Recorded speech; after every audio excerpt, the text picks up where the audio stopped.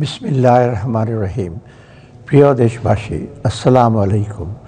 শুরুতেই বিনম্র শ্রদ্ধা স্মরণ করছি মহান মুক্তিযুদ্ধের শহীদ এবং সম্ভ্রমহারা মা বোনদের, যাদের চূড়ান্ত আত্মত্যাগের বিনিময়ে আমরা পেয়েছি একটি স্বাধীন দেশ।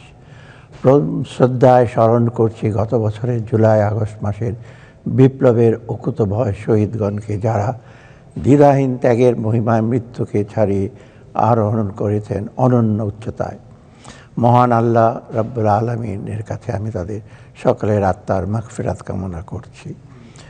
2024-এর গণ অভ্যুত্থানের পর দেশের এক ক্রান্তি লগ্নে অন্তর্বর্তী সরকার দেশ পরিচালনার দায়িত্ব গ্রহণ করে।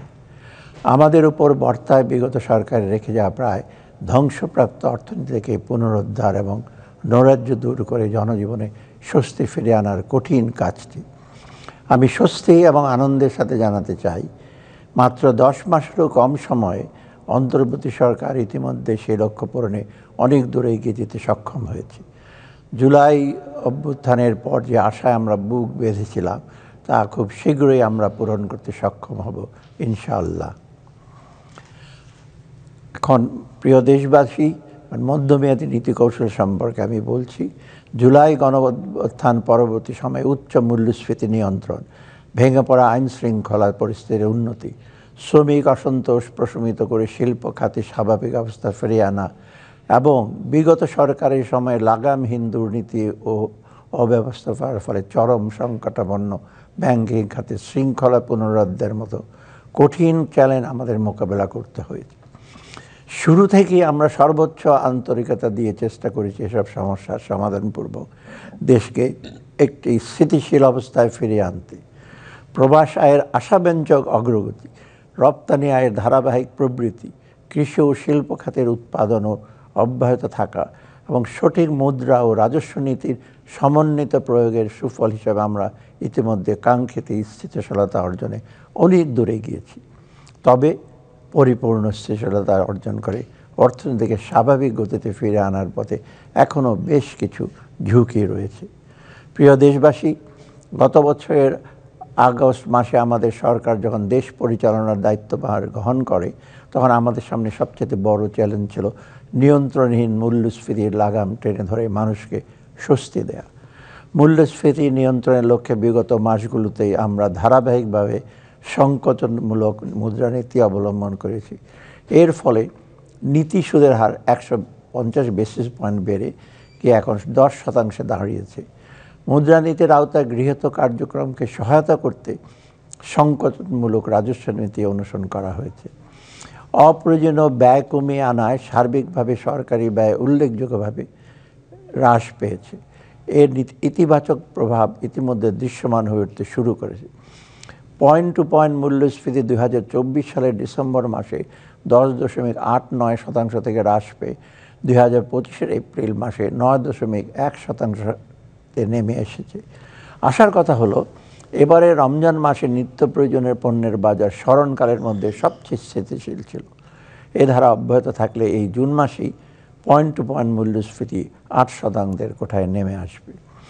মূল্যস্ফীতির সাথে এই লড়াইয়ের ফলে আমাদের জিডিপি প্রবৃদ্ধির অন্যান্য বছরের তুলনায় কিছুটা কম হতে পারে। প্রিয় দেশবাসী, মূল্যস্ফীতির নিম্নমুখী ধারা অব্যাহত রাখার ক্ষেত্রে বৈদেশিক মুদ্রার বিপরীতে টাকার বিনিময় হার স্থিতিশীল থাকা একটি জরুরি। তবে নিশ্চিত করতে হলে বৈদেশিক মুদ্রার রিজার্ভ স্থিতিশীল থাকাটা অত্যাবশ্যক। প্রবাস আয়ের প্রবৃদ্ধি আশাব্যঞ্জক হওয়ায় এবং রপ্তানিতে স্থিতিশীল থাকায় বৈদেশিক মুদ্রার রিজার্ভ এপ্রিল মাসে বৃদ্ধি পেয়ে 27.4 বিলিয়ন মার্কিন ডলারে উন্নীত হয়েছে, যা টাকার বিনিময় হার স্থিতিশীল রাখতে গুরুত্বপূর্ণ ভূমিকা পালন করেছে। সে কারণে আমরা বিগত 14 মে তারিখে বাজার ভিত্তিক মুদ্রা বিনিময় হার চালু করেছি। খাদ্য নিরাপত্তা নিশ্চিত করা আমাদের অন্যতম প্রধান অগ্রাধিকার।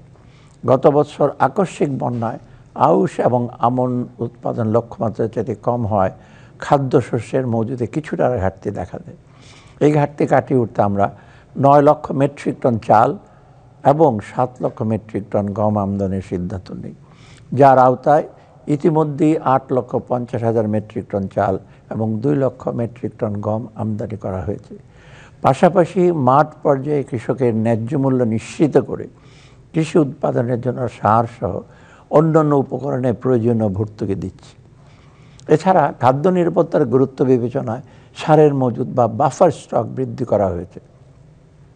প্রিয় দেশবাসী, নাগরিকদের জীবনযাত্রার মান উন্নয়নের পাশাপাশি অর্থনীতিকে সচল রাখতে জ্বালানির পর্যাপ্ত সরবরাহ নিশ্চিত করা এবং একই সাথে তা যথাসম্ভব সাশ্রয়ী রাখা অত্যন্ত গুরুত্বপূর্ণ। বিদ্যমান উচ্চ মূল্যস্ফীতির প্রেক্ষাপটে নীতিগতভাবে আমরা বিদ্যুতের মূল্য আপাতত না বাড়ানোর সিদ্ধান্ত নিয়েছি। বিদ্যুৎ খাতে প্রদত্ত ভর্তুকির পরিমাণ ক্রমান্বয়ে হ্রাস করার লক্ষ্যে বিদ্যুৎ উৎপাদনের সার্বিক ব্যয় 10% কমানোর পরিকল্পনা হাতে নেওয়া হয়েছে। আমরা বিদ্যুৎ ক্রয় চুক্তিগুলো পর্যালোচনা করছি এবং বিদ্যুৎ উৎপাদন ব্যয় কমাতে এনার্জি অডিট করার উদ্যোগ নিয়েছি। এই বছরের মধ্যে আভ্যন্তরীণ উৎস থেকে 648 মিলিয়ন ঘনফুট গ্যাস সরবরাহ করার এবং 2028 সালের মধ্যে স্থানীয় কূপ থেকে অতিরিক্ত 1500 মিলিয়ন ঘনফুট গ্যাস উত্তোলনের পরিকল্পনা গ্রহণ করা হয়েছে। আমদানির তুলনায় রপ্তানিতে অধিক প্রবৃদ্ধি অব্যাহত থাকায় চলতি হিসাবের ভারসাম্যে ক্রমাগত উন্নতি সাধিত হচ্ছে। 2025 সালের মার্চ মাসের শেষে চলতি হিসাবের ঘাটতি হ্রাস পেয়ে দাঁড়িয়েছে 0.66 বিলিয়ন মার্কিন ডলারে। তবে সরকারের ইচ্ছা সাধন নীতি চলমান থাকায় উন্নয়ন প্রকল্পের গতি কিছুটা স্লথ হয়ে পড়েছে এবং এর ফলে প্রকল্পগুলির জন্য প্রতিশ্রুত বৈদেশিক ঋণধারে ধীর গতি দেখা যাচ্ছে। তবে চলতি অর্থ বছরের জুন নাগাদ আমরা বিভিন্ন উন্নয়ন সহযোগিতার নিকট হতে আরও প্রায় 3.6 বিলিয়ন মার্কিন ডলার বাজেট সহায়তা পাবে মর্মে প্রত্যাশা করছি। প্রিয় দেশবাসী, মধ্যমেয়াদী অর্থনীতির গতি পুনরুদ্ধারের লক্ষ্যে কর জিডিপি অনুপাত বৃদ্ধির কোনো বিকল্প নেই। অথচ তুলনীয় অনেক দেশের চাইতে বাংলাদেশের কর জিডিপি অনুপাত উল্লেখযোগ্য পরিমাণে কম। রাজস্ব খাতকে আরও গতিশীল করতে এবং রাজস্ব আহরণের স্বচ্ছতা বৃদ্ধি করতে ইতিমধ্যে আমরা বেশ কিছু উল্লেখযোগ্য পদক্ষেপ গ্রহণ করেছি। অটোমেটেড ব্যবস্থার মাধ্যমে আয়কর রিটার্ন দাখিল সহজ করা হয়েছে, কর আদায়ের বৃত্তিকে নতুন কর অফিস স্থাপন করা হয়েছে এবং কর আহরণের মধ্যে দীর্ঘমেয়াদী রাজস্ব কৌশল তৈরি করা হয়েছে। এছাড়া কর ব্যবস্থাপনাকে আরও কার্যকর এবং কর আদায়ের দক্ষতা বৃদ্ধির লক্ষ্যে রাজস্ব ব্যবস্থাপনাকে রাজস্ব নীতি হতে পৃথক করার লক্ষ্যে অধ্যাদেশ জারি করা হয়েছে। বিগত সরকারের সময়ে আর্থিক খাতে নজিরবিহীন লুটপাট এবং দুর্নীতির ফলে খেলাপি ঋণ উল্লেখযোগ্য পরিমাণে বৃদ্ধি পেলেও তার বারবার পুনঃতফসিলীকরণের মাধ্যমে আর্থিক খাতের প্রকৃত অবস্থা গোপন রাখা হয়েছিল। কিন্তু আমরা আন্তর্জাতিক মানদণ্ড অনুযায়ী লোন লিজ ক্লাসিফিকেশন ও প্রভিশনিং ব্যবস্থা অবলম্বন করেছি। ফলে এই খাতে মোট খেলাপি ঋণের পরিমাণ 2023 সালের জুন মাসের 10.11% থেকে বৃদ্ধি পেয়ে 2024 সালের ডিসেম্বরে মাসে 20.20% উন্নীত হয়েছে। এই খাতের প্রকৃত চিত্র উদ্ঘাটনের লক্ষ্যে অ্যাসেট কোয়ালিটি রিভিউ এর মাধ্যমে আমরা ব্যাংকগুলোর প্রকৃত অবস্থা নিরূপণের কার্যক্রম শুরু করা হয়েছে। প্রিয় দেশবাসী, অর্থনৈতিক স্থিতিশীলতা ফিরিয়ে এনে একটি উন্নত সমাজ বিনির্মাণের উদ্দেশ্যে আমরা যে সকল কার্যক্রম গ্রহণ করেছি তার মূল লক্ষ্য হচ্ছে শূন্য দারিদ্র্য, শূন্য বেকারত্ব এবং শূন্য কার্বন ভিত্তিক সমাজ বিনির্মাণ, যার মাধ্যমে আমূল পরিবর্তন হবে দেশের মানুষের জীবনমানের এবং মুক্তি মিলবে বৈষম্যের দুষ্ট চক্র থেকে। যে স্বপ্নকে ধারণ করে জুলাই অভ্যুত্থানের ভিত রচিত হয়েছিল, সেই স্বপ্ন বাস্তবায়ন করে আগামী প্রজন্মের জন্য আমরা একটি সুন্দর বাসযোগ্য আবাসস্থলকে রেখে দিতে চাই। জনগণের জীবনযাত্রায় নিয়ে আসতে চাই এক সুদূর প্রসারী পরিবর্তনের ঢেউ। আমরা সে লক্ষ্যকে সামনে রেখে এবারের বাজেট সাজাবার চেষ্টা করেছি। আমাদের এবারের বাজেট কিছুটা ব্যতিক্রমধর্মী। দেশের ইতিহাসে প্রথমবারের মতো আমরা বিগত বাজেটের চেয়ে ছোট আকারের বাজেট আগামী অর্থবর্ষের জন্য প্রস্তাব করছি। প্রবৃদ্ধি কেন্দ্রিক ধারণা থেকে সরে এসে আমরা চেষ্টা করেছি সামগ্রিক উন্নয়নের ধারণার জোর দিতে। তাই প্রথাগত ভৌত অবকাঠামোর তৈরির খতিয়ান তুলে ধরার পরিবর্তে আমরা এবারের বাজেটে প্রাধান্য দিয়েছি মানুষকে। মৌলিক অধিকারের নিশ্চয়তা, সুন্দরভাবে বেঁচে থাকার জন্য প্রয়োজনীয় ব্যবস্থা, জীবিকার নিরাপত্তা এবং বৈষম্যহীন পরিবেশ, এই অত্যাবশ্যক উপাদানগুলো ছাড়া যে কোনো রাষ্ট্র অকার্যকর হয়ে পড়ে দুর্বল হয় সমাজের ভিত।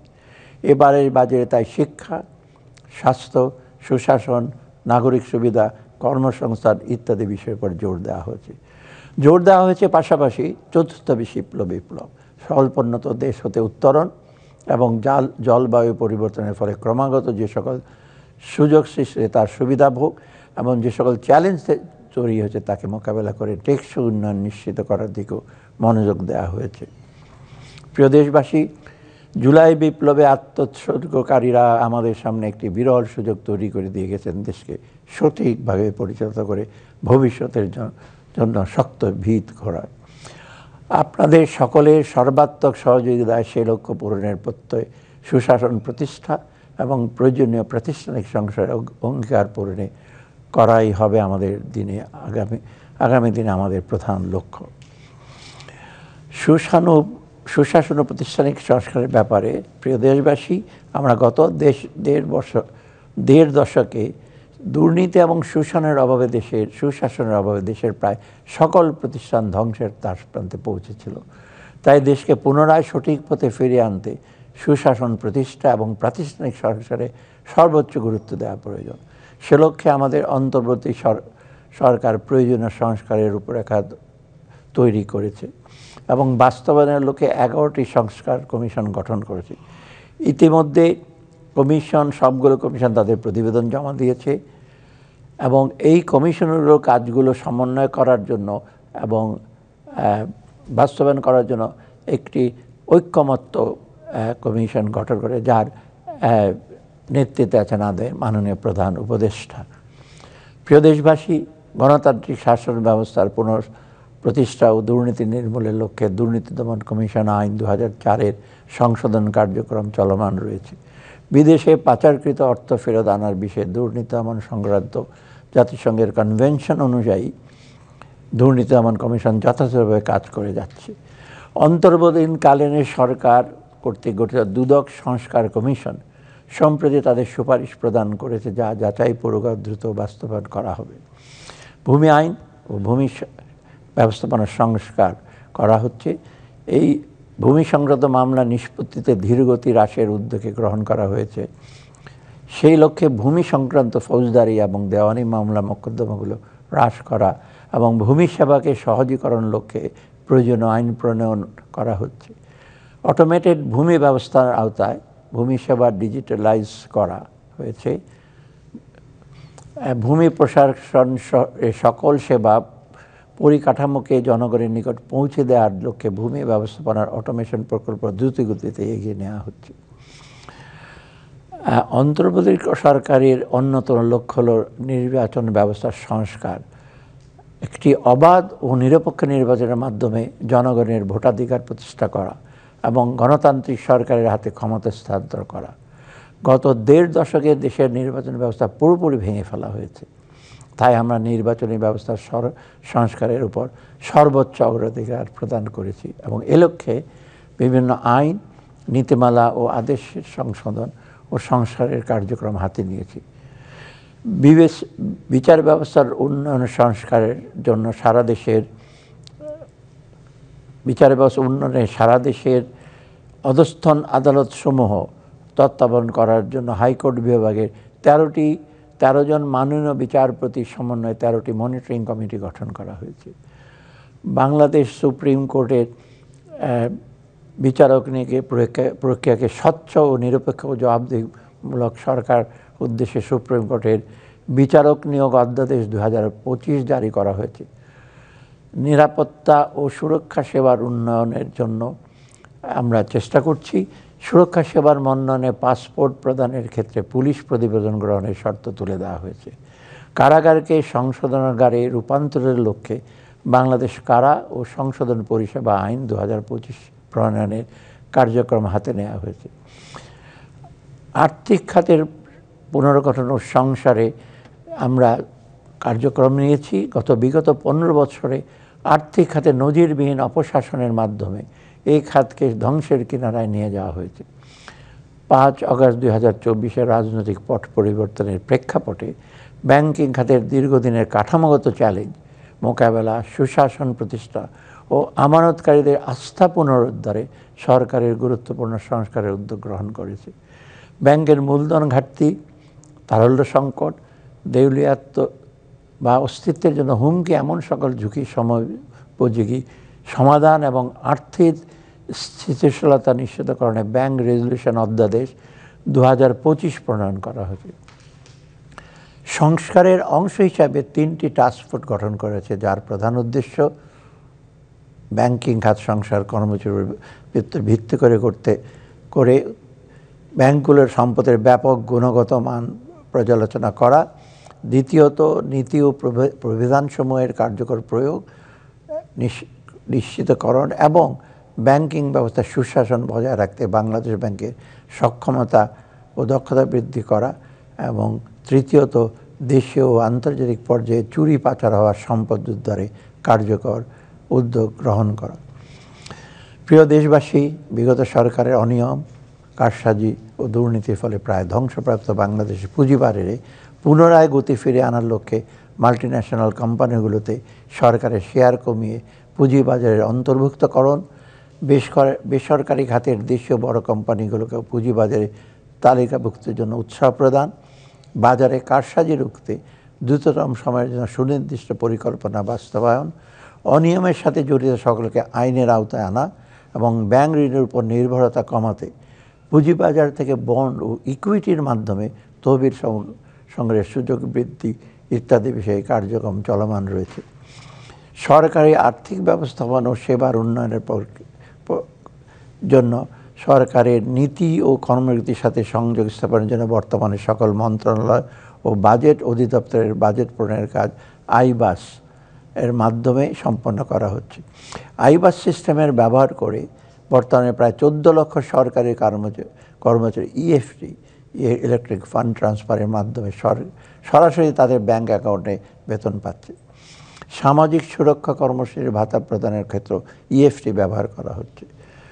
সরকারের অনুদান ও সাহায্য মঞ্জুরির সঠিক তথ্য সংগ্রহ এবং সুষ্ঠু ব্যবস্থাপনার লক্ষ্যে 172টি স্বায়ত্তশাসিত প্রতিষ্ঠানের অধীন বাস্তবায়নের প্রকল্পের বিপরীতে সরকারি হিসাবে পার্সোনাল লেজার পিএল অ্যাকাউন্ট খোলা হয়েছে। এছাড়া সরকারি ক্রয় কার্যক্রমে অধিকতর স্বচ্ছতা নিশ্চিত করার জন্য পাবলিক প্রকিউরমেন্ট অ্যাক্ট সংশোধন করা হয়েছে। ঘরে বসে ঝামেলাবিহীন উপায়ে এক ঠিকানায় সকল সরকারি সেবা অনলাইনে প্রদানের লক্ষ্যে নিয়ে অচিরেই নাগরিক সেবা শীর্ষক প্ল্যাটফর্ম চালু করা হবে। এই উদ্যোগের মাধ্যমে বিপুল সংখ্যক তরুণীর উদ্যোক্তা হিসাবে আয়ের সুযোগও তৈরি হবে। প্রিয় দেশবাসী, বিগত সরকারের রেখে যাওয়া সংকটাপন্ন অর্থনীতিকে স্বাভাবিক অবস্থায় ফিরিয়ে আনার লক্ষ্যে বিভিন্ন গুরুত্বপূর্ণ অর্থনৈতিক বিষয় restrategising the economy and mobilising resources for equitable and sustainable development শীর্ষক টাস্কফোর্স থেকে এবং দুর্নীতি ও অর্থনৈতিক অবস্থার সংক্রান্ত বিষয়ে শ্বেতপত্র কমিটির থেকে ইতিমধ্যে সুপারিশ পাওয়া গেছে। জাতীয় অর্থনৈতিক পরিকল্পনা গ্রহণ ও বাস্তবায়ন এবং পরবর্তী অধ্যায়ে বিবৃত খাতভিত্তিক অগ্রাধিকার নির্ধারণের ক্ষেত্রে এ সকল সুপারিশসমূহ বিবেচনায় নেওয়া হয়েছে। প্রিয় দেশবাসী, আমি এখন 2024-25 অর্থবছরের সম্পূরক বাজেট এবং আগামী 2025-26 অর্থবছরের বাজেট আপনাদের কাছে পেশ করছি। 2024-25 সম্পর্ক বাজেট। প্রিয় দেশবাসী, সার্বিক রাজস্ব আহরণ ও ব্যয়ের অগ্রগতি বিবেচনায় চলতি 2024-25 অর্থবছরের বাজেট সংশোধনও সমন্বয় করতে হয়েছে। প্রস্তাবিত সংসদের রাজস্ব আয় 2024-25 অর্থবছরের সম্পূরক বাজেটের রাজস্ব আহরণের লক্ষ্যমাত্রা মূল বাজেটে 23,000 কোটি টাকা হ্রাস করে 5,18,000 কোটি টাকার প্রস্তাব করছি। প্রস্তাবিত সংসদীয় ব্যয় চলতি 2024-25 অর্থবছরের সরকারি ব্যয় 53,000 কোটি টাকা হ্রাস করে 7,44,000 কোটি টাকা নির্ধারণের প্রস্তাব করছি। এর মধ্যে বার্ষিক উন্নয়ন কর্মসূচির আকার 2,65,000 কোটি টাকা হতে 49,000 কোটি টাকা হ্রাস করে 2,16,000 কোটি টাকা নির্ধারণের প্রস্তাব করছি। সংসদীয় বাজেটের ঘাটতি ও অর্থায়ন। চলতি অর্থবছরে বাজেট ঘাটতি প্রাক্কলন করা হয়েছিল 2,56,000 কোটি টাকা। সংশোধিত বাজেটে ঘাটতি প্রস্তাব করা হচ্ছে 2,26,000 কোটি টাকা, যা জিডিপির 4.1%। এখন প্রস্তাবিত বাজেট 2025-26-এর কথা বলছি। প্রিয় দেশবাসী, সম্পদের সুষম বন্টন ও বৈষম্যহীন বাংলাদেশ গড়া এবারের বাজেটের অন্যতম লক্ষ্য। পাশাপাশি রাজস্ব আয় ও সরকারি ব্যয়ের মধ্যে ভারসাম্য রক্ষা করে একটি যৌক্তিক ও বাস্তবায়নযোগ্য বাজেট প্রণয়নই হবে এই বাজেটের একটি অন্যতম উদ্দেশ্য। সেই পরিপ্রেক্ষিতে আমি এখন আগামী 2025-26-এর অর্থ বছরের বাজেট কাঠামোর উপর আলোকপাত করছি। রাজস্ব আহরণ বৃদ্ধির লক্ষ্যে কর অব্যাহতি যৌক্তিকরণ সহ মধ্যমেয়াদী রাজস্ব আহরণের লক্ষ্যমাত্রা অর্জনের বিশেষ জাতীয় রাজস্ব বোর্ডের কার্যক্রম অব্যাহত রয়েছে। জাতীয় রাজস্ব বোর্ডের কার্যক্রমকে আরও শক্তিশালী করতে জনবল বাড়ানো হয়েছে। এছাড়া কর অব্যাহতির সুবিধা ক্রমান্বয়ে কমিয়ে আনা, কর জাল সম্প্রসারণ, বিভিন্ন পণ্য ও পরিষেবার যথাসম্ভব একই হারে ভ্যাট নির্ধারণ করার বিষয়টি সক্রিয় বিবেচনাধীন রয়েছে। প্রস্তাবিত রাজস্ব আয় আগামী 2025-26 অর্থবছরে মোট 5,64,000 কোটি টাকা রাজস্ব আয়ের প্রস্তাব করছি, যা জিডিপির 9%। এর মধ্যে রাজস্ব বোর্ডের মাধ্যমে 4,99,000 কোটি টাকা এবং অন্যান্য উৎস হতে 65,000 কোটি টাকা সংগ্রহ করার প্রস্তাব করছি। প্রস্তাবিত ব্যয় 2025-26 অর্থবছরের জন্য মোট 7,90,000 কোটি টাকা ব্যয়ের প্রস্তাব করছি, যা জিডিপির 12.7%। এর মধ্যে পরিচালন সহ অন্যান্য খাতে মোট 5,60,000 কোটি টাকা এবং বার্ষিক উন্নয়ন কর্মসূচিতে 2,30,000 টাকা বরাদ্দের প্রস্তাব করছি। এ প্রসঙ্গে উল্লেখ করতে চাই যে 2015 সালের পর অদ্যাবধি কোনো বেতন কাঠামো প্রণীত না হয় বিষয়টি বিবেচনা নিয়ে এবারের বাজেটে সরকারি কর্মচারীদের জন্য বিশেষ সুবিধার পরিমাণ বৃদ্ধির প্রস্তাব করছি। প্রস্তাবিত বাজেটের ঘাটতি ও অর্থায়ন আগামী অর্থ বছরে আমাদের সামগ্রিক বাজেট ঘাটতি ঋণ সহনীয় পর্যায়ে থাকবে। 2025-26 অর্থ বছরের প্রস্তাবিত বাজেটের ঘাটতির পরিমাণ দাঁড়াবে 2,26,000 কোটি টাকা, যা জিডিপির 3.6%। প্রস্তাবিত বাজেটের মোট ঘাটতির মধ্যে 1,25,000 কোটি টাকা অভ্যন্তরীণ উৎস হতে এবং 1,01,000 কোটি টাকা বৈদেশিক উৎস হতে নির্বাহ করার প্রস্তাব করছি। আগামী অর্থ বছরে সুদ পরিশোধ বাবদ মোট ব্যয় ধরা হয়েছে 1,22,000 কোটি টাকা। এখন আমি খাতভিত্তিক সুনির্দিষ্ট কর্মপরিকল্পনা উপস্থাপন করছি। প্রথমেই শিক্ষা সম্পর্কে। একটি শক্তিশালী অর্থনৈতিক কাঠামো বিনির্মাণে বিজ্ঞান, প্রযুক্তি, কারিগরি শিক্ষার কোনো বিকল্প নেই। তাই এবারের বাজেটে বিজ্ঞান ভিত্তিক, প্রযুক্তি নির্ভর ও কর্মোপযোগী শিক্ষার পরিবেশ তৈরি এবং যুব কর্মসংস্থানকে বিশেষ অগ্রাধিকার দেওয়া হয়েছে। প্রাথমিক ও গণশিক্ষার উন্নয়নে স্বল্প, মধ্য ও দীর্ঘমেয়াদী সংস্কার কার্যক্রম শুরু হয়েছে, যার মূল লক্ষ্য হলো শিক্ষার্থীর জন্য পড়াশোনার উপযুক্ত পরিবেশ সৃষ্টি ও মানসম্পন্ন শিক্ষা প্রদান। প্রাথমিক শিক্ষার উপযুক্ত পরিবেশ নিশ্চিত করতে চলতি অর্থ বছরে সারা দেশে প্রাথমিক বিদ্যালয়গুলোতে প্রায় 5,946টি শ্রেণীকক্ষ নির্মাণ, 17,164টি ওয়াশ ব্লক নির্মাণ, 4,450টি টিউবওয়েল স্থাপন করা হয়েছে। এছাড়া চলতি শিক্ষাবর্ষে প্রাক প্রাথমিক থেকে পঞ্চম শ্রেণী পর্যন্ত 9,19,50,492টি বই বিতরণ করা হয়েছে। প্রাথমিক স্তরে শতভাগ শিক্ষার্থীকে ইএফটির মাধ্যমে উপবৃত্তি প্রদান করা হয়েছে। আগামী অর্থ বছরে সরকারি প্রাথমিক বিদ্যালয় ফিডিং কর্মসূচির জন্য 2,164 কোটি টাকা বরাদ্দ রাখার প্রস্তাব করছি। প্রাথমিক ও গণশিক্ষার গুরুত্ব বিবেচনায় আগামী 2025-26 অর্থ বছরে এই খাতে 25,403 কোটি টাকা বরাদ্দের প্রস্তাব করছি। মাধ্যমিক ও উচ্চশিক্ষা ব্যবস্থাকে যথোপযোগী, যুগোপযোগী, আধুনিক ও বিশ্বমানের উন্নতিকরণের লক্ষ্যে সকল বেসরকারি বিশ্ববিদ্যালয়গুলোতে আন্তর্জাতিক মানের আউটকাম বেসড এডুকেশন OBE পদ্ধতিতে কারিকুলাম হালনাগাদ করা হয়েছে।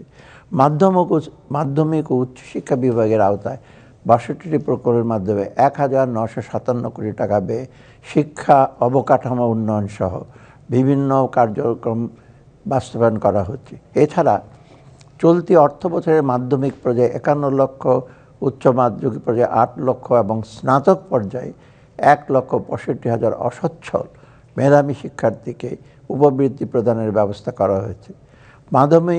মাধ্যমিক ও উচ্চ মাধ্যমিক পর্যায়ে সংশোধিত পাঠ্যপুস্তক শিক্ষার্থীদের মাঝে সরবরাহ লক্ষ্যে 1,626 কোটি টাকা বরাদ্দ রাখার প্রস্তাব করছি। এমপিওভুক্ত শিক্ষকদের বোনাস বৃদ্ধি এবং গ্র্যাচুইটি প্রদান সহ সকল স্তরের শিক্ষকদের মানব সম্পদ উন্নয়নের জন্য প্রয়োজনীয় কার্যক্রম গ্রহণ করা হচ্ছে। 2025-26 অর্থ বছরের মাধ্যমিক ও উচ্চশিক্ষায় মোট 47,563 কোটি টাকা বরাদ্দের প্রস্তাব করছি। 2024-25 অর্থ বছরের বাজেটে এই খাতে বরাদ্দ ছিল 44,108 কোটি টাকা। কারিগরি ও মাদ্রাসা শিক্ষা, বর্তমানে কারিগরি শিক্ষায় এনরোলমেন্টের হার 19%। 2025 সালের মধ্যে এটাকে 20% উন্নীত করতে প্রতিটি বিভাগীয় পর্যায়ে মহিলা পলিটেকনিক ও ইঞ্জিনিয়ারিং কলেজ, জেলা পর্যায়ে পলিটেকনিক এবং উপজেলা পর্যায়ে টেকনিক্যাল স্কুল প্রতিষ্ঠা করা হচ্ছে। মাদ্রাসা শিক্ষার উন্নয়নে 1,135টি মাদ্রাসা ভবন নির্মাণ সম্পন্ন হয়েছে এবং 513টি বহুতল ভবনের কাজ চলমান রয়েছে।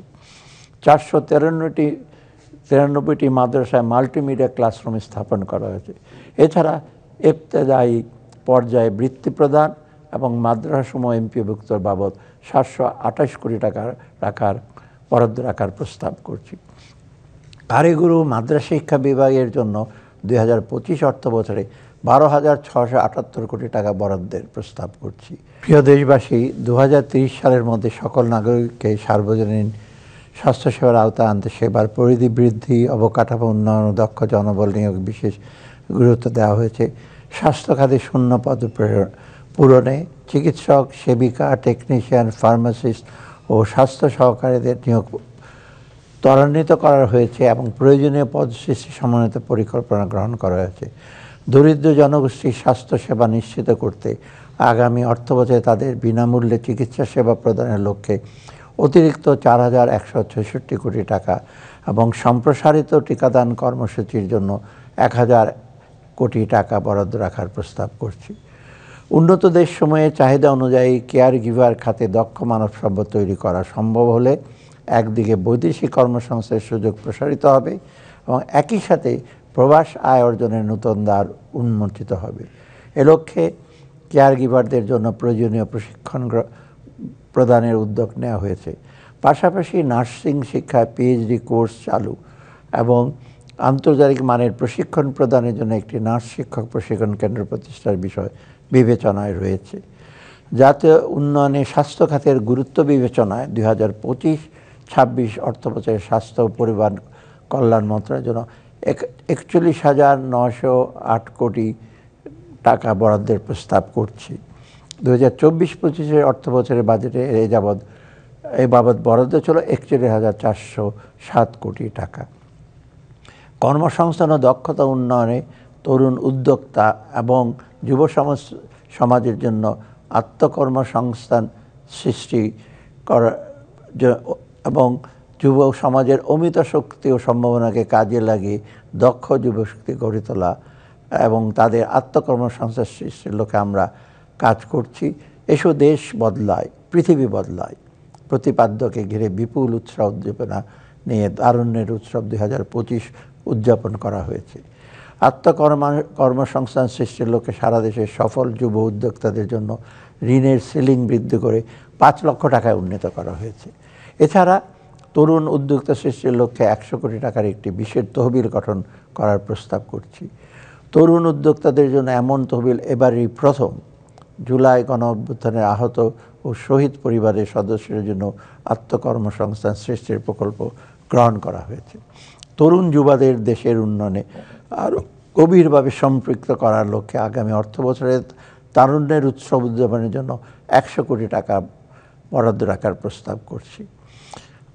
দক্ষতা উন্নয়নে দেশের তরুণ জনশক্তিকে আভ্যন্তরীণ ও বৈশ্বিক শ্রম অনুযায়ী চাহিদা অনুযায়ী যুগোপযোগী করে তোলার জন্য কারিগরি প্রশিক্ষণ কারিকুলাম তৈরি করে বিশ্বমানের কারিগরি প্রশিক্ষণ সনদপত্র প্রদানের ব্যবস্থা গ্রহণ করা হয়েছে। পাশাপাশি চাহিদা নিরূপণ, চাহিদা অনুযায়ী কারিকুলাম প্রণয়ন এবং কারিকুলাম অনুযায়ী শিক্ষা প্রশিক্ষণ করে জব প্লেসমেন্ট নিশ্চিত করার লক্ষ্যে শিল্প প্রতিষ্ঠান, প্রশিক্ষণ প্রতিষ্ঠান ও একাডেমিয়ার মধ্যে যোগসূত্র স্থাপনের কার্যক্রম চলমান। বৈদেশিক কর্মসংস্থান। প্রিয় দেশবাসী, বিদেশগামী কর্মীদের বহির্গমনের প্রক্রিয়াকরণের সকল কাজ ডিজিটাল পদ্ধতিতে সম্পন্ন করার উদ্যোগ গ্রহণ করা হয়েছে। ইতিমধ্যে 6টি জেলায় বহির্গমন ছাড়পত্র প্রদানের ব্যবস্থা করা হয়েছে এবং পর্যায়ক্রমে সকল জেলা পর্যায়ে সুবিধা বিস্তৃত করা হবে। শ্রমিকদের কল্যাণ ও নিরাপত্তা বিধানে বিদ্যমান উচ্চ মূল্যস্ফীতি বিবেচনা ডিসেম্বর 2024 থেকে বাৎসরিক মজুরি বৃদ্ধির হার শতকরা 5 ভাগ থেকে বৃদ্ধি করে শতকরা 9 ভাগে উন্নীত করা হয়েছে। Tannery, soap and cosmetics, cold storage, দর্জি কারখানার নিম্নতম মজুরি ঘোষণা করা হয়েছে। আগামী 3 বছরে আরও 15টি শিল্প সেক্টরের নিম্নতম মজুরি পুনর্নির্ধারণ করা হবে। কৃষি খাদ্য নিরাপত্তা। কৃষি ফলন বৃদ্ধির লক্ষ্যে প্রতিকূল পরিবেশ সহিষ্ণু জাত ও উন্নততর চাষাবাদ প্রযুক্তি উদ্ভাবন, সুলভ মূল্যে কৃষি উপকরণ সরবরাহ, সেচ এলাকা সম্প্রসারণ, বিপণন ব্যবস্থার উন্নয়ন, কৃষি যান্ত্রিকীকরণ ইত্যাদি ক্ষেত্রে কার্যক্রম চলমান রয়েছে। বন্যায় ক্ষতিগ্রস্ত ক্ষুদ্র ও প্রান্তিক কৃষকদের সহায়তা প্রদান করা হয়েছে। বিভিন্ন দেশ হতে সার আমদানি এবং দেশে ইউরিয়া সার উৎপাদনের বাবদ প্রয়োজনীয় ভর্তুকি প্রদান করা হচ্ছে। প্রিয় দেশবাসী, উৎপাদিত কৃষি পণ্যের অপচয় রোধ করা সহ সার্বিক কৃষি উৎপাদন ব্যবস্থা শক্তিশালী করার লক্ষ্যে প্যাকেজিং সহ হিমাগার ও কোল্ড চেইন কাঠামো শক্তিশালীকরণ, কৃষি পণ্য পরিবহন ব্যবস্থার উন্নয়ন, কৃষি পণ্যের সাপ্লাই চেনের সকল অংশীদারের একটি পূর্ণাঙ্গ ডাটাবেস তৈরি করা, বিশেষায়িত কৃষি প্রক্রিয়াজাতকরণ অঞ্চল প্রতিষ্ঠা করা ইত্যাদি কার্যক্রম জোরদার করা হয়েছে। খাদ্য নিরাপত্তা। দারিদ্র্য বিমোচন এবং নিম্ন আয়ের জনগোষ্ঠীর খাদ্য নিরাপত্তা নিশ্চিত করার লক্ষ্যে ওএমএস এবং খাদ্য বান্ধব কর্মসূচি চলমান রয়েছে। বর্তমানে 1901টি কেন্দ্রের মাধ্যমে সারা দেশে ওএমএস কার্যক্রম পরিচালিত হচ্ছে। তালিকাভুক্ত চা বাগানের শ্রমিকদের মাঝে প্রতি কেজি 19 টাকা দরে গম বিতরণ করা হচ্ছে। এছাড়া ভালনারেবল উইমেন বেনিফিট কর্মসূচির আওতায় 10,40,000 দুস্থ মহিলাকে মাসে 30 কেজি হারে চাল প্রদান করা হচ্ছে। প্রিয় দেশবাসী, আগামী অর্থবছরে খাদ্য গুদামের ধারণ ক্ষমতা 37 লক্ষ মেট্রিক টনে উন্নতিকরণ এবং খাদ্যশস্য ব্যবস্থাপনার প্রাতিষ্ঠানিক সক্ষমতা বৃদ্ধির জন্য কর্মপরিকল্পনা গ্রহণ করা হয়েছে। মৎস্য ও প্রাণী সম্পদ। দেশবাসী, দেশের ক্রমবর্ধমান নিরাপদ প্রাণীজ আমিষের চাহিদা পূরণের ক্ষেত্রে মৎস্য এবং গবাদি পশু হাঁস মুরগির টেকসই জাত উন্নয়নে এবং রোগ নিয়ন্ত্রণের মাধ্যমে কাঙ্ক্ষিত উৎপাদনের লক্ষ্যে কর্মপরিকল্পনা গ্রহণ করা হয়েছে। জাতিসংঘ খাদ্য কৃষি সংস্থার the state of the world fisheries aquaculture 2024-এর প্রতিবেদন অনুযায়ী আভ্যন্তরিক মুক্ত জলাশয়ে মাছ উৎপাদনে বাংলাদেশ দ্বিতীয় এবং বদ্ধ জলাশয়ে চাষকৃত মাছ উৎপাদনে 5ম স্থানে রয়েছে। মিঠা পানির মাছ উৎপাদন বৃদ্ধির লক্ষ্যে প্রতি বছর 29 মে হতে 28 জুন পর্যন্ত হাওর এলাকার সকল ধরনের মাছ ধরা বন্ধ রাখার জন্য সরকারি নির্দেশনা জারি করা হয়েছে। সামুদ্রিক জলসীমায় 15 এপ্রিল হতে 11 জুন পর্যন্ত সকল প্রকার মৎস্য আহরণ নিষিদ্ধ করা হয়েছে। দেশের মানুষের আমিষের চাহিদা বিবেচনা রেখে আগামী 2025-26 অর্থবছরে 52,55,000 মেট্রিক টন মৎস্য উৎপাদনের লক্ষ্যমাত্রা নির্ধারণ করা হয়েছে। প্রিয় দেশবাসী, 2025-26 অর্থবছরে কৃষি, খাদ্য এবং মৎস্য ও প্রাণী সম্পদ মন্ত্রণালয়ের জন্য মোট 39,620 কোটি টাকা বরাদ্দের প্রস্তাব করছে, যা 2024-25 অর্থবছরে ছিল 38,259 কোটি টাকা। সামাজিক নিরাপত্তা এবং অন্তর্ভুক্তিমূলক উন্নয়ন। প্রিয় দেশবাসী, দরিদ্র প্রান্তিক ও ঝুঁকিগ্রস্ত জনগোষ্ঠীর দারিদ্র্য হ্রাস, সামাজিক বৈষম্য হ্রাস এবং জীবনযাত্রার মান উন্নয়ন নিশ্চিত করতে এবারের বাজেটে সুবিধাভোগীর সংখ্যা এবং মাথাপিছু বরাদ্দ উভয়ই বৃদ্ধি করার দিকে নজর দিয়েছে। এই প্রেক্ষাপটে আগামী অর্থবছর থেকে বেশ কিছু ভাতার হার বৃদ্ধি করার প্রস্তাব করছি। এর মধ্যে কয়েকটি উল্লেখযোগ্য হলো বয়স্ক ভাতার মাসিক হার ৬০০ টাকা হতে ৬৫০ টাকায়, বিধবা ও স্বামীদের নিগৃহীতা মহিলাদের মাসিক ভাতা ৫৫০ থেকে ৬৫০ টাকায়, প্রতিবন্ধীদের মাসিক ভাতা ৮৫০ থেকে ৯০০ টাকায় এবং মা ও শিশু সহায়তা কর্মসূচির আওতায় প্রদত্ত মাসিক ভাতার হার ৮০০ টাকা থেকে ৮৫০ টাকায় বৃদ্ধি। এছাড়া অনগ্রসর জনগোষ্ঠীর জন্য মাসিক ভাতার হার ৬৫০ কোটি টাকা উন্নীত করার প্রস্তাব করছি। প্রিয় দেশবাসী, মূল্যস্ফীতির কষাঘাত থেকে প্রান্তিক জনগোষ্ঠীকে সুরক্ষা দিকে জানুয়ারি ২০২৫ হতে ট্রেডিং কর্পোরেশন অব বাংলাদেশের মাধ্যমে স্মার্ট ফ্যামিলি কার্ডের ভিত্তিতে ৫৭ লক্ষ পরিবারকে মসুর ডাল, সয়াবিন তেল ইত্যাদি নিত্য প্রয়োজনীয় পণ্য সরবরাহ করা হচ্ছে। এছাড়া আমি খাদ্য বান্ধব কর্মসূচির মেয়াদ আগামী অর্থ বছরে ৬ মাসে উন্নীত করার প্রস্তাব করছি। একই সাথে বর্তমানে সহায়তাপ্রাপ্ত ৫০ লক্ষ পরিবারের অতিরিক্ত আরও ৫ লক্ষ পরিবারকে এর আওতাভুক্ত করার প্রস্তাব করছি। প্রিয় দেশবাসী, জুলাই গণঅভ্যুত্থানের ইতিহাস ও স্মৃতি সংরক্ষণের গণঅভ্যুত্থানের শহীদদের পরিবার এবং আহত ছাত্র জনতার পুনর্বাসন সহ গণঅভ্যুত্থানের আদর্শ ও চেতনাকে রাষ্ট্রীয় ও জাতীয় জীবনে সুপ্রতিষ্ঠিত করার উদ্দেশ্যে ইতিমধ্যে জুলাই গণঅভ্যুত্থান অধিদপ্তর প্রতিষ্ঠা করা হয়েছে এবং গণভবনকে জুলাই গণঅভ্যুত্থান স্মৃতি জাদুঘর হিসাবে প্রতিষ্ঠার কার্যক্রম চলমান রয়েছে।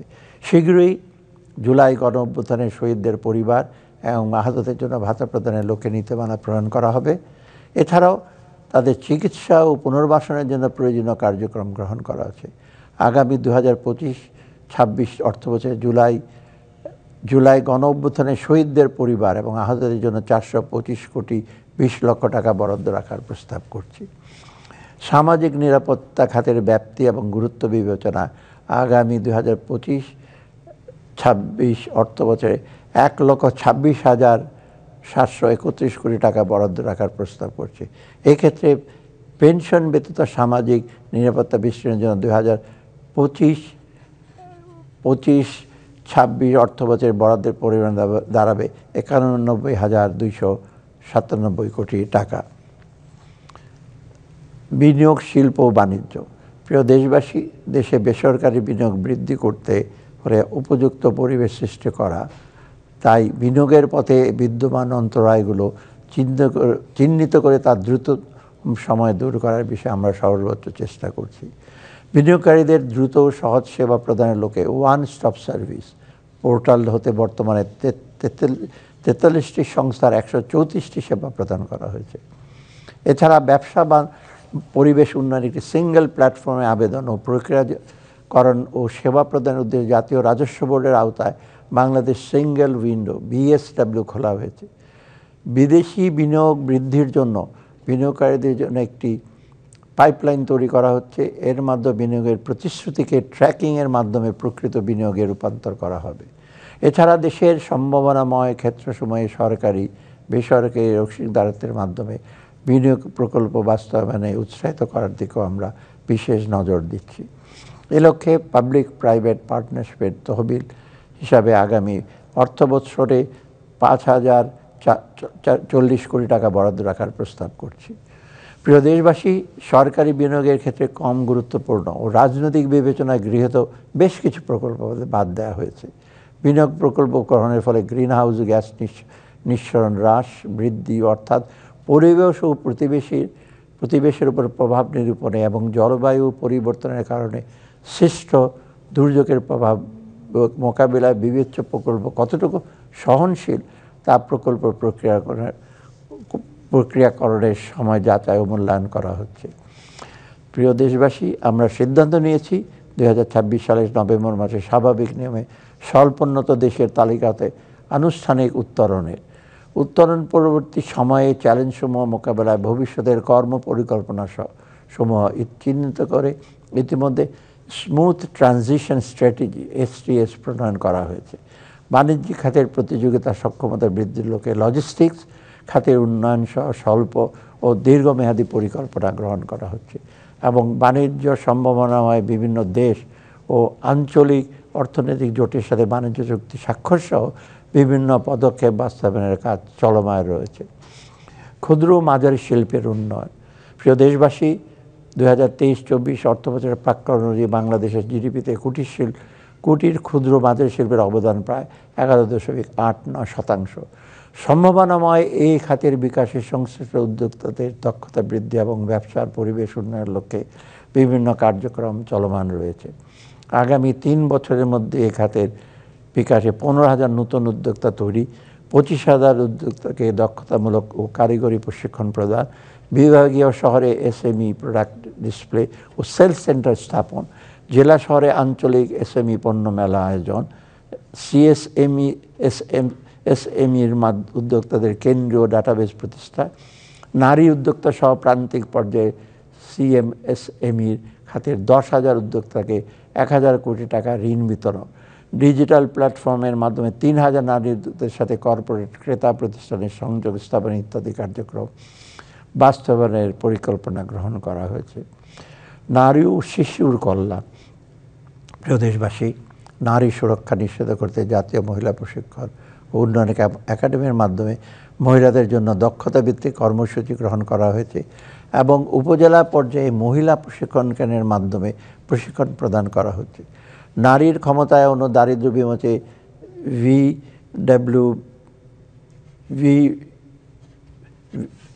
ভিডব্লিউইবি কর্মসূচির আওতায় ভালনারেবল উইমেন ডেভেলপমেন্ট কর্মসূচির আওতায় নির্বাচিত 20,000 নারীকে প্রশিক্ষণ প্রদান করা হয়েছে। নারী উদ্যোক্তাদের জন্য ব্যবসার পরিবেশ অধিকতর উন্নত করে তাদেরকে অর্থনৈতিক ক্ষমতায়ন সুদৃঢ় করার লক্ষ্যে আগামী অর্থ বছরে 125 কোটি টাকার তহবিল বরাদ্দের প্রস্তাব করছি। প্রিয় দেশবাসী, কর্মজীবী নারীর পাশাপাশি অনেক নারী হোম মেকার হিসেবে তাদের শ্রম এবং সময় উৎসর্গ করছেন, কিন্তু তাদের এই গুরুত্বপূর্ণ ভূমিকাকে প্রায়শই যথাভাবে মূল্যায়ন করা হয় না।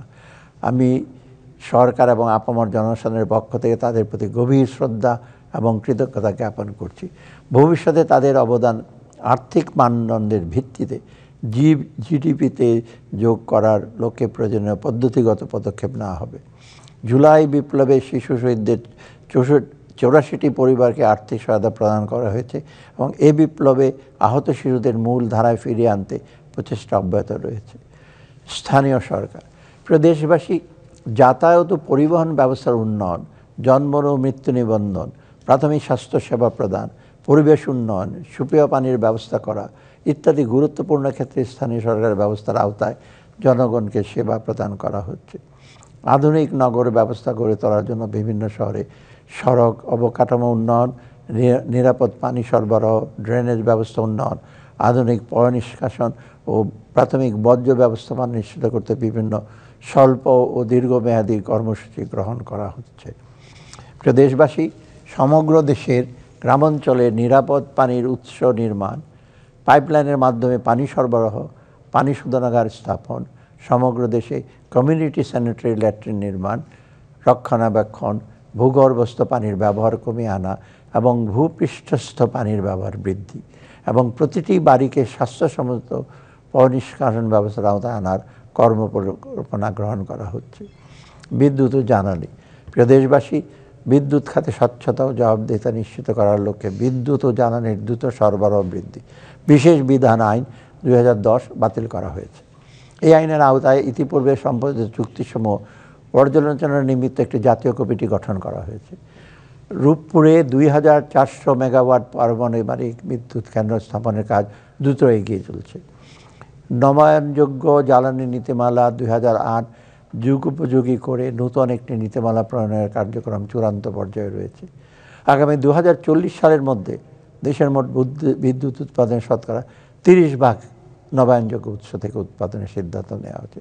এছাড়া integrated power sector master plan তৈরি করা হয়েছে এবং এর আওতায় আগামী 2028 সালের মধ্যে 3,400 মেগাওয়াট বিদ্যুৎ পরিচ্ছন্ন উৎস থেকে উৎপাদনের লক্ষ্যমাত্রা নির্ধারণ করা হয়েছে। প্রিয় দেশবাসী, জ্বালানি নিরাপত্তা নিশ্চিত করতে সরকার নিজস্ব উদ্যোগে তেল গ্যাস অনুসন্ধান ও উৎপাদন বৃদ্ধি উদ্যোগ গ্রহণ করেছে। এ লক্ষ্যে 2025-26 হতে 2027-28 পর্যন্ত সময়ে বাপেক্স কর্তৃক প্রয়োজনীয় জরিপ কাজ সম্পন্ন করার পরিকল্পনা হাতে নেওয়া হয়েছে।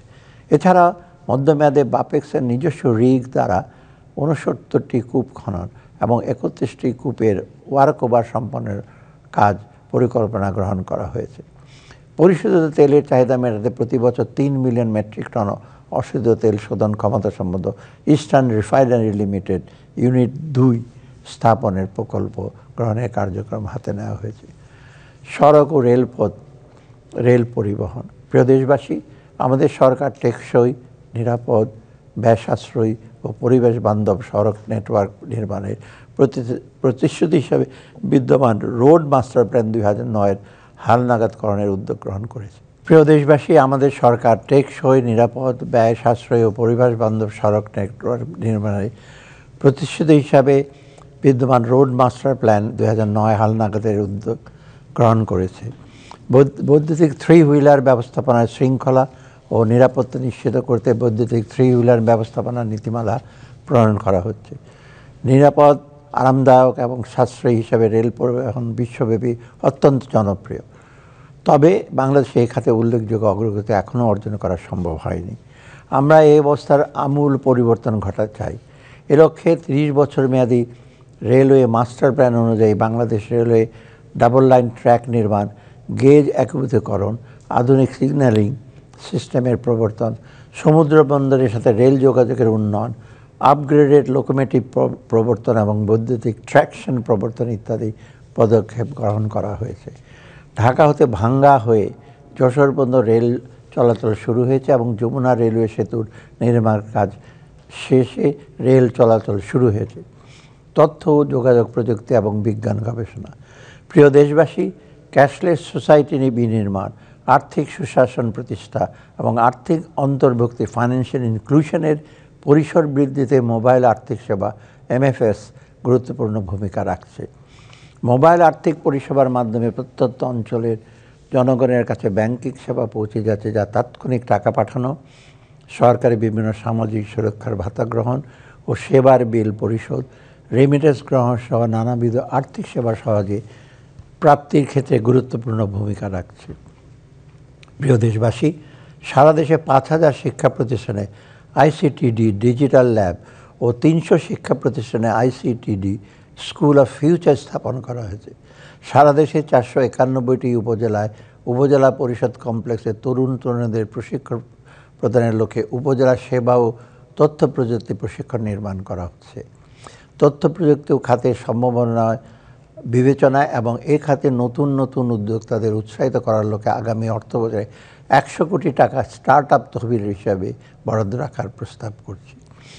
দেশে বিজ্ঞান চর্চা, বিজ্ঞান ও প্রযুক্তি বিষয়ে গবেষণা উন্নয়নের কাজে উৎসাহ ও অনুপ্রেরণা প্রদানের লক্ষ্যে বিভিন্ন বিশ্ববিদ্যালয় 2024-25 অর্থবছরে 492টি প্রকল্পের অনুকূলে প্রায় 16 কোটি 66 লক্ষ টাকার বিশেষ গবেষণা অনুদান প্রদান করা হয়েছে। উন্নয়নের সর্বোচ্চ স্তরে পৌঁছার জন্য বিজ্ঞান গবেষণার গুরুত্ব বিবেচনা আগামী অর্থবছরে মৌলিক বিজ্ঞান গবেষণা এবং সামুদ্রিক সম্পদ আহরণের সুষ্ঠু ব্যবস্থাপনার মাধ্যমে ব্লু ইকোনমির সম্ভাবনাকে কাজে লাগাবার লক্ষ্যে গবেষণা কার্যক্রম বাবদ 200 কোটি টাকা বরাদ্দের প্রস্তাব করছি। পরিবেশ ও জলবায়ু পরিবর্তন। প্রিয় দেশবাসী, জলবায়ু পরিবর্তনের প্রভাবে সবচেয়ে ঝুঁকির মুখে যে দেশগুলো রয়েছে, বাংলাদেশ তার মধ্যে শীর্ষে রয়েছে। জলবায়ু পরিবর্তনের নেতিবাচক মোকাবেলায় জলবায়ু পরিবর্তন ট্রাস্ট ফান্ডের মাধ্যমে বায়ু, পানি ও মাটি দূষণ প্রতিরোধ, বর্জ্য ব্যবস্থাপনা ও পরিবেশ উন্নয়ন, জলবায়ু পরিবর্তনের প্রশমন, স্বাস্থ্য সুরক্ষার প্রভাব নিরূপণ, নারীর অভিযোজন সক্ষমতা বৃদ্ধি, উপকূলীয় ইকোসিস্টেম মূল্যায়ন, জলবায়ু সহনশীলতা অর্জনে গণমাধ্যমের সক্ষমতা বৃদ্ধি ইত্যাদি কার্যক্রম গ্রহণ করা হচ্ছে। জলবায়ু পরিবর্তনের ঝুঁকির গভীরতা ও গুরুত্ব বিবেচনায় প্রয়োজনীয় কার্যক্রম গ্রহণের লক্ষ্যে আগামী অর্থবছরে 100 কোটি টাকা বরাদ্দের প্রস্তাব করছি।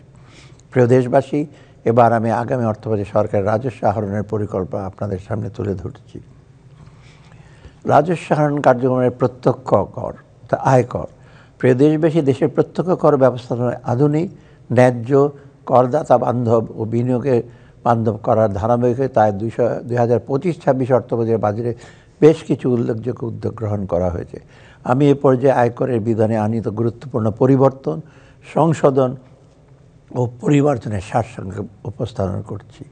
প্রিয় দেশবাসী, অর্থ আইন 2024 এর মাধ্যমে 2025-26 কর বর্ষের জন্য ভবিষ্যাপেক্ষ প্রসপেক্টিভ কর হার ও সারচার্জ নির্ধারণ করা হয়েছিল।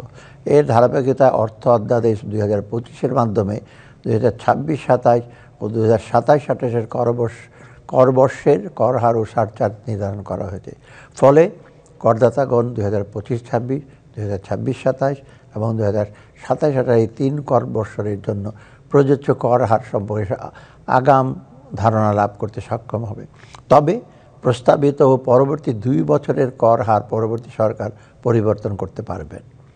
প্রিয় দেশবাসী, 2026-27, 2027-28 কর বর্ষের জন্য স্বাভাবিক ব্যক্তি করদাতার ক্ষেত্রে করমুক্ত আয়ের সীমা বাড়িয়ে 3,75,000 টাকা করা হয়েছে।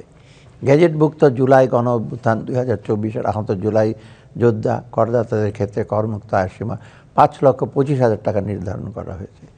বর্তমানে স্বাভাবিক ব্যক্তি ও হিন্দু অবিভক্ত পরিবার করদাতাদের জন্য 2026-27 ও 2027-28 কর বর্ষে মোট আয়কর মুক্ত আয়ের সীমা অতিক্রম করলে ন্যূনতম করের পরিমাণ এলাকা নির্বিশেষে 5,000 টাকা নির্ধারণ করা হয়েছে।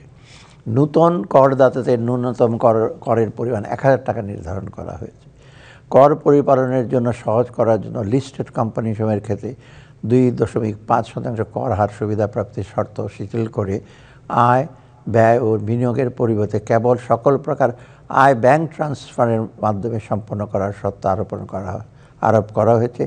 এছাড়া পুঁজিবাজারে মধ্যস্থকারী ইন্টারমিডিয়ারি হিসাবে কাজ করা মার্চেন্ট ব্যাংকের কর হার 37.5 কমে 27.5% নির্ধারণ করা হয়েছে। প্রিয় দেশবাসী, 26-27 এবং 27-28 কর বর্ষের জন্য সম্পদ সারচার্জের বিদ্যমান হার অপরিবর্তিত রাখা হয়েছে। এক্ষেত্রে ন্যূনতম করকে সারচার্জ পরিগণনায় ভিত্তি না রেখে স্বাভাবিক ব্যক্তি করদাতার করযোগ্য আয়ের উপর নিয়মিত কর হার প্রয়োগ করে নির্গত করের উপর সম্পদ সারচার্জ পরিগণনা করার বিধান করা হয়েছে। কর পরিপালন ও উৎসাহিত করার লক্ষ্যে কর ন্যায্যতা প্রতিষ্ঠায় অর্থ অধ্যাদেশ 2025-এর মাধ্যমে বেশ কিছু পদক্ষেপ গ্রহণ করা হয়েছে। এর মধ্যে উল্লেখযোগ্য হলো ন্যূনতম করের কারণে করদাতাকে নিয়মিত করের যে পরিমাণ অতিরিক্ত প্রদান করতে হয় তা পরবর্তী কর বর্ষের সময় সমন্বয় করার সুযোগ রাখা হয়েছে। কৃষি উৎপাদনকে উৎসাহিত করার লাগে কোনো স্বাভাবিক ব্যক্তির কৃষি হইতে আয় অনধিক 5 লক্ষ টাকা পর্যন্ত করমুক্ত রাখা হয়েছে। বেসরকারি চাকরিজীবীদের করযোগ্য আয় পরিগণনার ক্ষেত্রে সর্বোচ্চ বাদযোগ্য অঙ্কের পরিমাণ 4.5 লক্ষ টাকা হতে বাড়িয়ে 5 লক্ষ টাকা করা হয়েছে। চাকরিচ্যুত কর্মচারীদের কিডনি, লিভার, ক্যান্সার, হার্টের চিকিৎসার পাশাপাশি মস্তিষ্কে অস্ত্রোপচার ও কৃত্রিম অঙ্গ প্রতিস্থাপন সংক্রান্ত চিকিৎসা ব্যয় বাবদ প্রাপ্ত অর্থ করমুক্ত করা হয়েছে। জাতীয় পেনশন এবং কর্তৃপক্ষের আয় এবং জাতীয় পেনশন কর্তৃপক্ষের সর্বজনীন পেনশন স্কিমেতে প্রাপ্ত সুবিধাভোগীর কোনো আয় এবং জিরো কুপন ইসলামিক ইনভেস্টমেন্ট সার্টিফিকেটে উদ্ভূত আয় করমুক্ত করা হয়েছে। প্রিয় দেশবাসী, দেশি বিদেশি লাভজনক ও নামি দামি কোম্পানিসমূহকে পুঁজিবাজারে তালিকাভুক্ত হতে উৎসাহিত করার উদ্দেশ্যে লিস্টেড এবং নন লিস্টেড কোম্পানির কর হারের ব্যবধান 5% থেকে বাড়িয়ে 7.5% করা হয়েছে।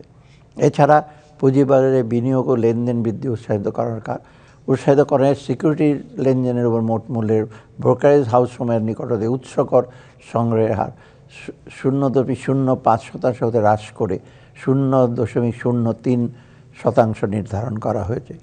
প্রিয় দেশবাসী, কর কাঠামোর বিদ্যমান অসামঞ্জস্যতা দূরকরণ এবং কর জাল সম্প্রসারণে অর্থ অধ্যাদেশ 2025-এর মাধ্যমে কার্যক্রম গৃহীত হয়েছে, যার মধ্যে উল্লেখযোগ্য হলো সম্ভাব্য মুনাফার পরিমাণ বিবেচনা ঠিকাদারি কাজ হতে উৎসকর করতে সর্বোচ্চ 7 স্তরে 5% হ্রাস করা হয়েছে।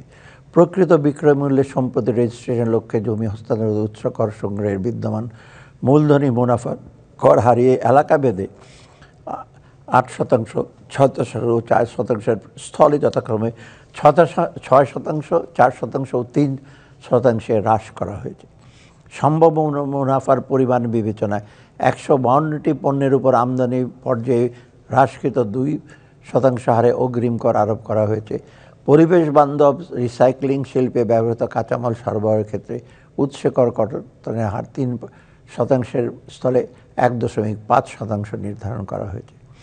গ্যাস বিতরণে কোম্পানির ক্ষেত্রে নিযুক্ত কোম্পানির ক্ষেত্রে উৎস কর কর্তনের হার 2% স্থলে 0.6% নির্ধারণ করা হয়েছে। ইন্টারনেট সেবা থেকে উৎস কর কর্তনের হার 10% স্থলে 5% করা হয়েছে। সিকিউরিটিদের সুদ হতে উৎস কর কর্তনের হার 5% স্থলে 10% করা হয়েছে। বিদ্যুৎ ক্রয়ের অর্থ পরিশোধকালে উৎস কর্তনের হার 6% স্থলে 4% করা হয়েছে। সম্ভাব্য মুনাফার পরিমাণ বিবেচনায় সিগারেট প্রস্তুতকারকের নিকট হইতে নিট বিক্রয় মূল্যের উপর 3% স্থলে 5% হারে অগ্রিম কর সংগ্রহের বিধান রাখা হয়েছে। স্বাভাবিক ব্যক্তি করদাতাদের ক্ষেত্রে টার্নওভার করের আওতামুক্ত সীমা 3 কোটি টাকা হতে বাড়িয়ে 4 কোটি টাকা করা হয়েছে। মোবাইল অপারেটরদের টার্নওভার করের পরিমাণ 2% থেকে কমিয়ে 1.5% নির্ধারণ করা হয়েছে। প্রিয় দেশবাসী, করদাতাদের জন্য কর প্রদান, রিটার্ন দাখিল, দলিলপত্র সংরক্ষণ সহ কর পরিপালনের আনুষ্ঠানিকতা সহজ করার লক্ষ্যে নিম্নরূপ বিধান করা হয়েছে। তহবিল, এতিমখানা, অনাথ আশ্রম ও ধর্মীয় উদ্দেশ্যে প্রতিষ্ঠা কোনো প্রতিষ্ঠানকে রিটার্ন দাখিলের বাধ্যবাধকতা হতে অব্যাহতি প্রদান করা হয়েছে। উৎসে কর কর্তনকারী কর্তৃপক্ষ কর্তৃক প্রতি মাসের পরিবর্তে ত্রৈমাসিক ভিত্তিতে উৎসে করের রিটার্ন দাখিলের বিধান করা হয়েছে। জমি বা জমি সহ স্থাপনা হস্তান্তরকালে দলিল মূল্যের অতিরিক্ত কোনো অর্থ গৃহীত হলে ব্যাংক বিবরণী সহ দালিলিক প্রমাণাদি দ্বারা যাচাইযোগ্য হওয়া সাপেক্ষে উক্ত অতিরিক্ত অর্থের উপর মূলধনী আয়ের জন্য প্রযোজ্য হারে কর প্রদানের বিধান করা হয়েছে। স্বনির্ধারিত পদ্ধতিতে দাখিলকৃত রিটার্ন অডিট সংক্রান্ত মাঠ পর্যায়ে সৃষ্ট জটিলতা নিরসন করে অডিট কার্যক্রমকে কার্যকর ও সহজীকরণের উদ্দেশ্যে অডিট সংশ্লিষ্ট বিধান প্রতিস্থাপন করা হয়েছে। বিদ্যমান 45টি সেবা গ্রহণের ক্ষেত্রে রিটার্ন দাখিলের প্রমাণ উপস্থাপনের বাধ্যবাধকতা শিথিল করে ক্রেডিট কার্ড সহ 12টি সেবা গ্রহণের ক্ষেত্রে কেবলমাত্র TIN সার্টিফিকেট দাখিলের বিধান করা হয়েছে। প্রিয় দেশবাসী, কর অব্যাহত যৌক্তিকরণ এর অংশ হিসাবে নিম্নরূপ কার্যক্রম গৃহীত হয়েছে। কর অব্যাহতির সুবিধার মেয়াদ 30 জুন 2025 তারিখে শেষ হবে এমন কতিপয় ক্ষেত্রে কর অব্যাহতির মেয়াদ বৃদ্ধি করা হয়নি। দীর্ঘ সময় ধরে কর অব্যাহতি এবং হ্রাসকৃত হারে কর প্রদানের সুযোগপ্রাপ্ত কতিপয় খাতের জন্য প্রযোজ্য বিদ্যমান হ্রাসকৃত কর হার সংশ্লিষ্ট প্রকরণের সমূহ বাতিল করা হয়েছে। তবে এসব কাজে জড়িত প্রান্তিক পর্যায়ের খামারি এবং উদ্যোক্তাগণকে উৎসাহ প্রদানের জন্য এই সকল খাততে প্রাপ্ত অনধিক 5 লক্ষ টাকা পর্যন্ত আয় কর মুক্ত রাখা হয়েছে। প্রিয় দেশবাসী, জন্মসূত্রে বাংলাদেশি ছিলেন অথচ পরবর্তীতে বাংলাদেশেই নাগরিকত্ব পরিত্যাগ করেছেন এমন ব্যক্তি কর্তৃক বাংলাদেশে অর্জিত আয়ের উপর যথাযথভাবে কর পরিশোধ না করে নানা উপায়ে বিদেশে পাচারকৃত অর্থ সম্পদের উপর কর ও জরিমানা আরোপের বিধান করা হয়েছে।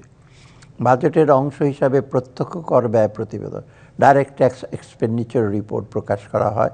জাতীয় রাজস্ব নীতির কর নীতি শাখা 2022-23 অর্থ বছরে প্রত্যক্ষ কর ব্যয় প্রাক্কলন করেছে, যার পরিমাণ 1,07,133 কোটি টাকা।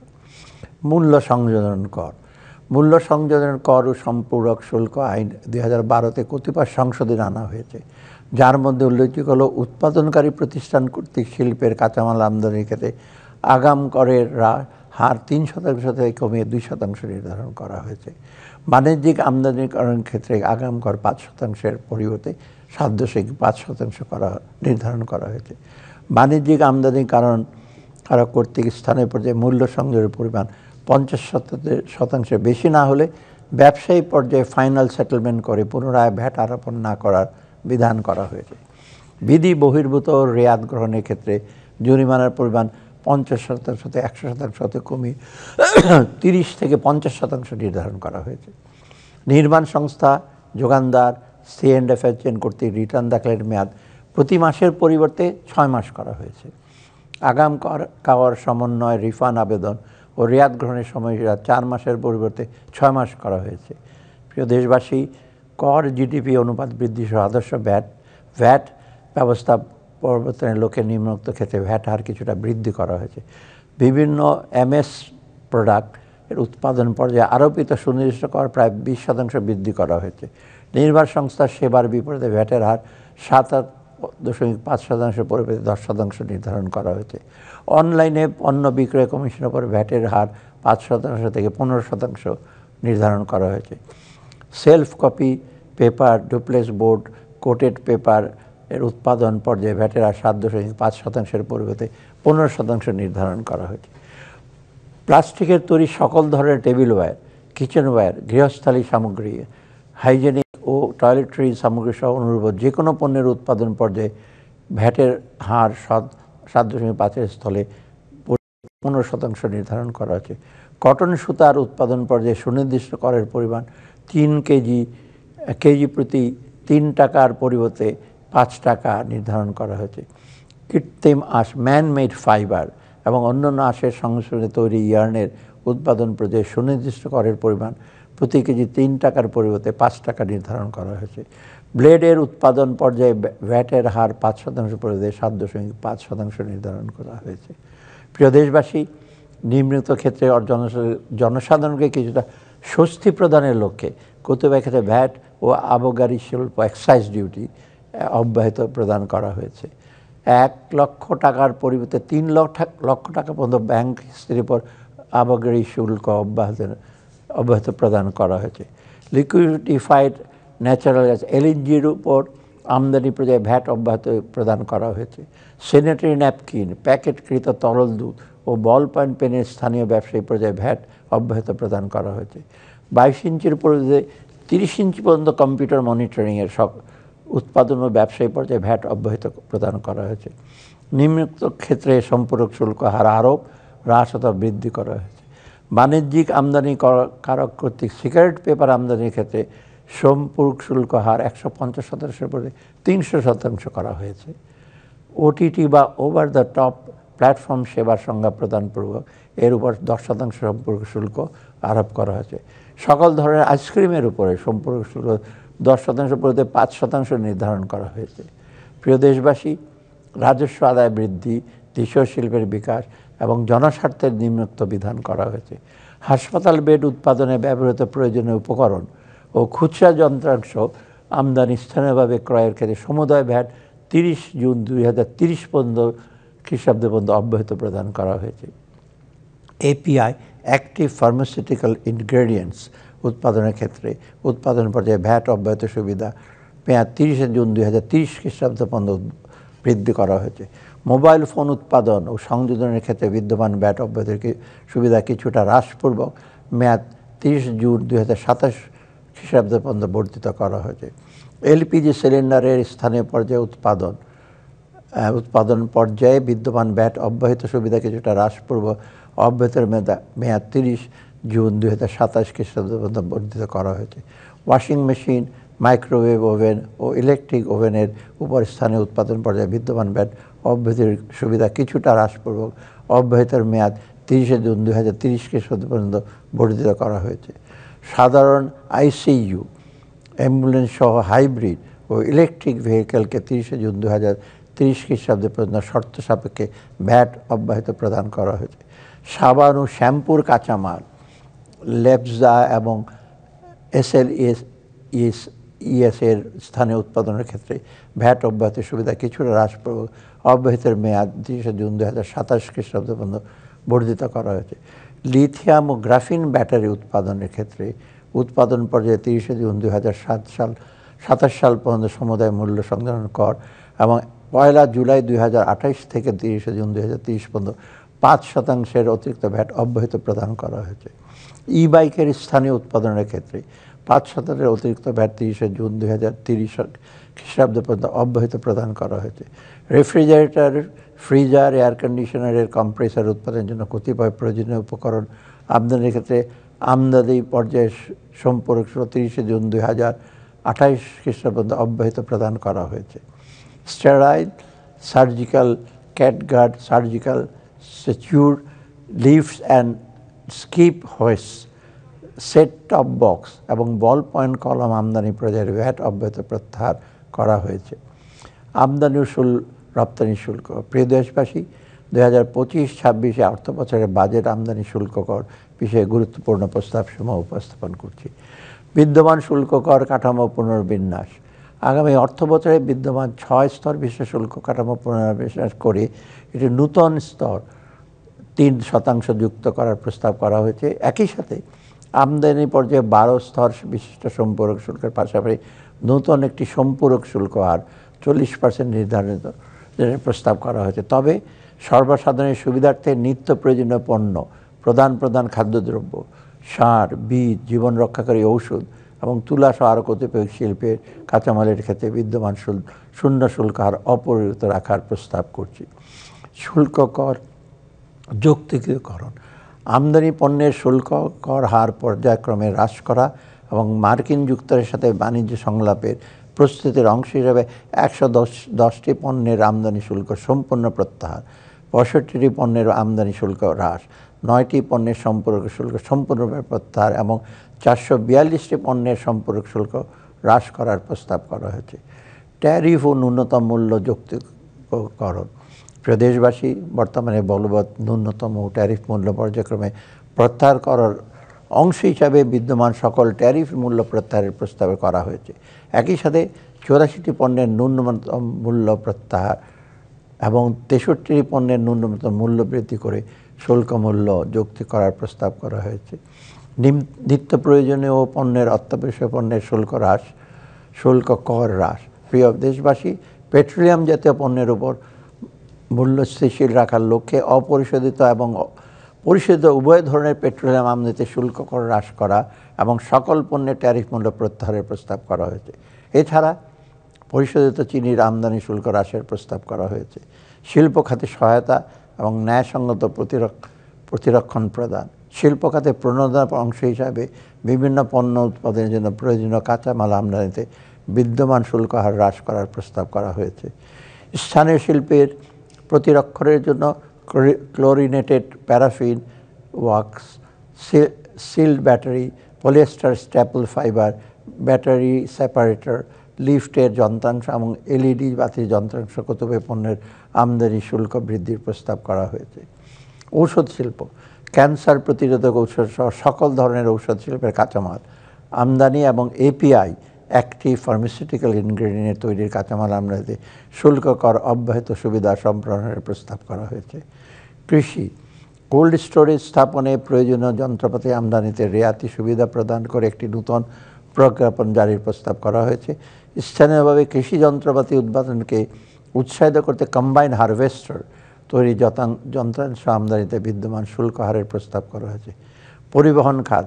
টায়ার উৎপাদনে ব্যবহার্য উপকরণের শুল্ক হ্রাসের প্রস্তাব করা হয়েছে। এছাড়া 16 থেকে 40 আসন বিশিষ্ট বাস এবং 10 থেকে 15 আসন বিশিষ্ট মাইক্রোবাসের শুল্ক কর হ্রাসের প্রস্তাব করা হয়েছে। বন্ড ব্যবস্থাপনার আধুনিকীকরণ। বন্ড ব্যবস্থাপনাকে সহজীকরণ ও ব্যবসা বন্ধ করার উদ্দেশ্যে সেন্ট্রাল বন্ডেড ওয়্যারহাউস ও ফ্রি জোন বন্ডেড ওয়্যারহাউস ব্যবস্থার প্রবর্তন করা হয়েছে। কাস্টম আইনের কতিপয় ধারা সংশোধন ও কতিপয় নতুন বিধান সংযোজন। প্রিয় দেশবাসী, কাস্টম আইন 2023 আরও যুগোপযোগী ও কার্যকর করার লক্ষ্যে এর নিম্নোক্ত পরিমার্জন ও সংযোজন প্রস্তাব করা হয়েছে, যথা আমদানিকৃত পণ্য চালানের মূল্য এবং শুল্ক ফাঁকির পরিমাণ 2000 টাকার কম হলে শুল্ক কর বা অতিরিক্ত শুল্ক কর আরোপ করা হয় না।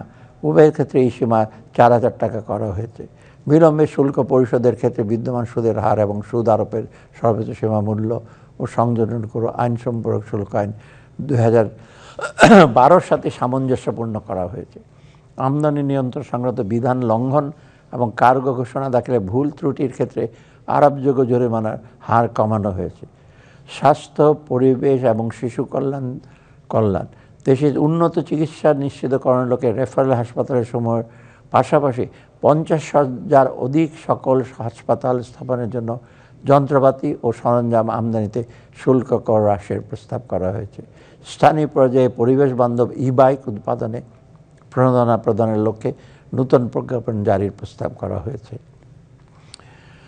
উপসংহার। প্রিয় দেশবাসী, মাত্র অল্প কয়েক মাসে কঠিন চ্যালেঞ্জ মোকাবেলা করে দেশকে স্থিতিশীল করার কাজটি প্রায় সম্পন্ন করা না সম্ভব হলেও পরিপূর্ণ সাফল্যের দোরগোড়ায় পৌঁছতে আমাদের এখনও অনেকটা পথ পেরোতে হবে। সাম্প্রতিক মাসগুলোতে মূল্যস্ফীতি হ্রাস পাওয়ার প্রবণতা দেখা গেল, তা এখনও পুরোপুরি নিয়ন্ত্রণে আসেনি।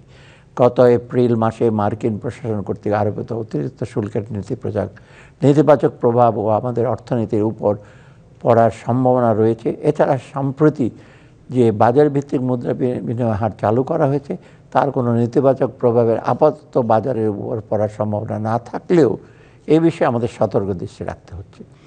এই সকল ঝুঁকি মোকাবেলা করে দেশের অর্থনীতির জন্য একটি বৈষম্যহীন ও টেকসই ভিত্তি নিশ্চিত করা এখন আমাদের সর্বোচ্চ অগ্রাধিকার। প্রিয় দেশবাসী, আপাতত প্রবৃদ্ধির গতিবৃদ্ধির পরিবর্তে অর্থনীতির ভিত মজবুত করার দিকে আমরা অধিকতর মনোযোগ দিচ্ছি। এই শক্তিশালী ভিত্তি হবে আগামী বাংলাদেশের বিনির্মাণের সোপান। আগামী সেই বাংলাদেশ সবার জন্য মানসম্মত জীবন এবং সকল স্তরে বৈষম্যহীন ব্যবস্থার নিশ্চয়তা প্রদান হবে আমাদের মূল লক্ষ্য। এই লক্ষ্য পূরণে আমি আপনাদের সকলের সহযোগিতা চাই। ইনশাআল্লাহ আমাদের সবার সম্মিলিত প্রয়াসে বাংলাদেশ হবে বিশ্বের সকল মুক্তিকামী মানুষের জন্য এক অনুকরণীয় আলোকবর্তিকা। আল্লাহ হাফেজ।